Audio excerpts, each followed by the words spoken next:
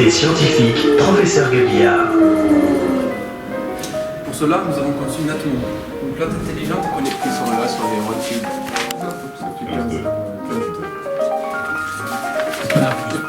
C'est pour ça que je tenais encore à vous féliciter. Et ceux qui n'ont pas eu la chance d'être sur le podium, dites-vous bien, vous l'êtes quelque part. Bonjour Malik Touré. Bonjour. Vous êtes enseignant-chercheur à l'IAE et co-initiateur du projet Challenge. Comment ce challenge, d'après vous, répond-il aux exigences de l'entreprise d'aujourd'hui ? Merci pour cette question qui nous permet donc de pouvoir tout de suite tenter d'apporter ce qu'on pourrait appeler joindre l'utile à l'agréable, la question de la formation et la professionnalisation de nos étudiants. Pour répondre à cette question, nous pouvons s'y prendre à deux titres. Premier titre, à savoir, maintenant l'enseignement souhaite s'orienter de manière intégrée aux besoins de nos entreprises. Ce qui favorise d'une part la formation alternance, qui est devenue maintenant un élément phare dans la vie donc, de l'étudiant que nous pouvons identifier dans les cycles de gestion ou les cycles d'ingénieurs.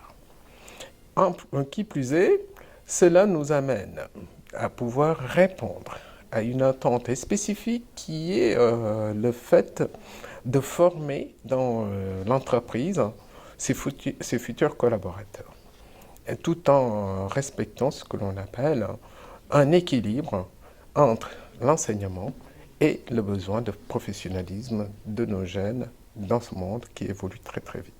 Alors, dans ce challenge, les équipes d'étudiants sont mixtes.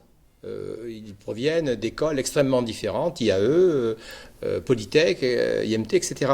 Je suppose que les équipes d'enseignants ou de chefs d'entreprise ou d'accompagnateurs qui constituent les jurys sont également mixtes.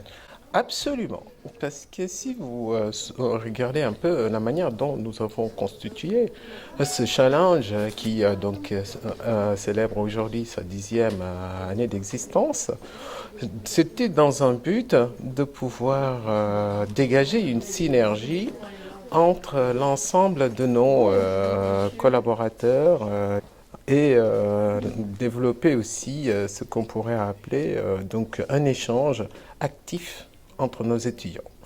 Et cela a permis aux enseignants de ces différents établissements réunis autour de ce challenge de développer une technologie adéquate à l'enseignement d'aujourd'hui, qui est le learning by doing et qui est aussi en même temps une démarche très souhaitée par les entreprises par le fait que la théorie est tout de suite mise à l'essai.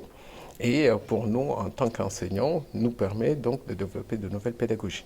Alors, apprendre par le faire, la mixité des équipes pédagogiques qui constituent les jurys de ce challenge, amène-t-elle les enseignants à faire évoluer leur propre pédagogie? Comme vous posez la question, je vais vous répondre de manière assez simple, c'est que l'environnement nous impose quand même une évolution naturelle pour aller vers des techniques de pédagogie beaucoup plus ouvertes qu'auparavant, à savoir avec des techniques de partage, donc d'apprentissage par le faire, et en même temps d'utiliser des outils qui sont des outils de travail collaboratif beaucoup plus ouverts et beaucoup plus partagés de par le monde.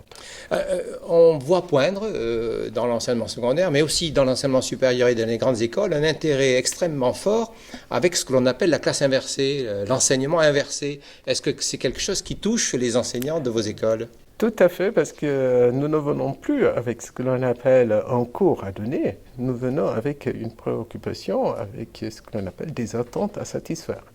Donc sur le coup, nous avons une adaptation qui fait que c'est la question de l'ensemble donc de la classe qui nous permet de pouvoir bâtir notre cours. Donc ce challenge, c'est essentiellement de la transversalité et du partage entre enseignants de formations différentes. Exactement. donc de pédagogies différentes, allant des sciences de gestion en passant par les sciences pures, pour pouvoir développer quelque chose qui est conjointe, donc travailler ensemble. Merci beaucoup, Malik Tourim. Je vous en prie.